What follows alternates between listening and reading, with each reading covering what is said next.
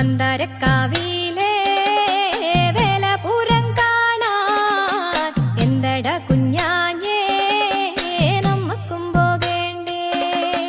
മന്ദാരക്കാവിലെ വേലപുരം കാണാൻ എന്തട കുഞ്ഞാഞ്ഞേ നമ്മക്കും പോകേണ്ടേ. മകരക്കൊയ്ത്തു കഴിഞ്ഞ് മാനം തെളിഞ്ഞാലേ മന്ദാരക്കാവിലെ പൂരം കൊടിയേറും.